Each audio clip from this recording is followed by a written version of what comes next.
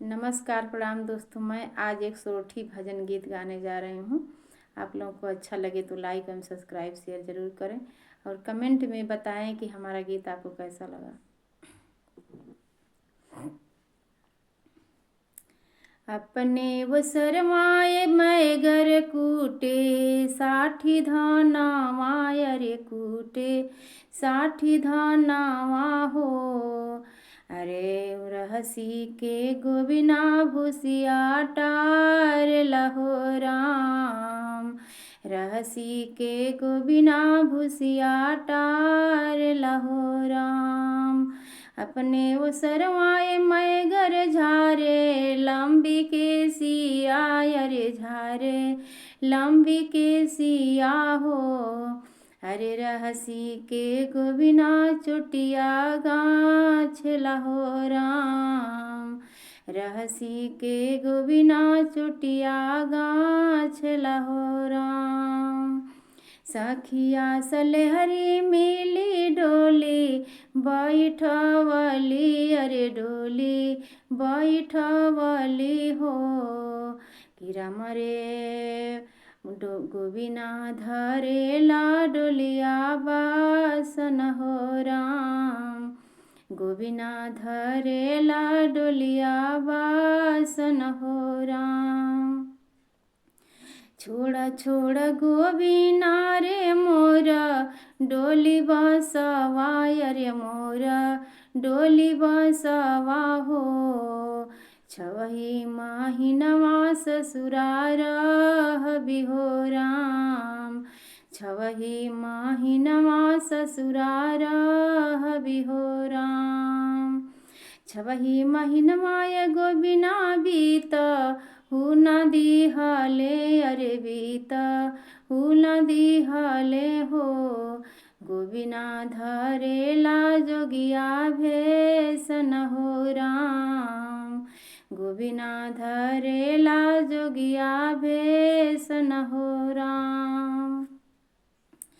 सबके दुवर माय जोगिया घूमे फिर आइले अरे घूमी फिर आइले हो।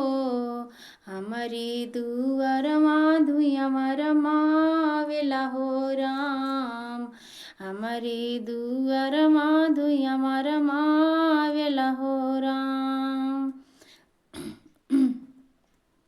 मचिया ही बैठाले सासू मोरी बढ़ाई तीन अरे सासू मोरी बढ़ाई तीन हो।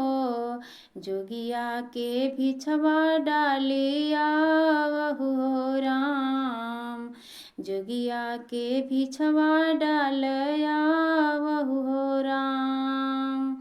हे तनी बचना जब गोबी नाज सुना ले अरे गोबी नाज सुना ले हो।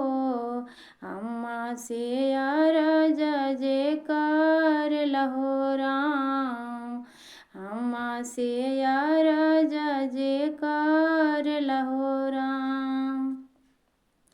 तुहरे ही हथवाए मैया बिछा नाही ले बे अरे बिछा नाही ले बे हो। जिनरे महलिया बोलती बाड़ी न हो राम, जिनरे महलिया बोलती बाड़ी न हो राम। उन्हीं के हथवाए मैया बिछा हम ले बो अरे बिछा हम ले बो हो। जिनरे महलिया बोलती बाड़ी न हो राम, जिनरे महलिया बोलती बाड़ी न हो राम। तर कैली मोतिया ऊपर कैली चौरा ऊपर कैली चौरा हो। गोबिना के भिछवा डालिया वेली हो राम, गोबिना के भिछवा डालिया वेली हो राम।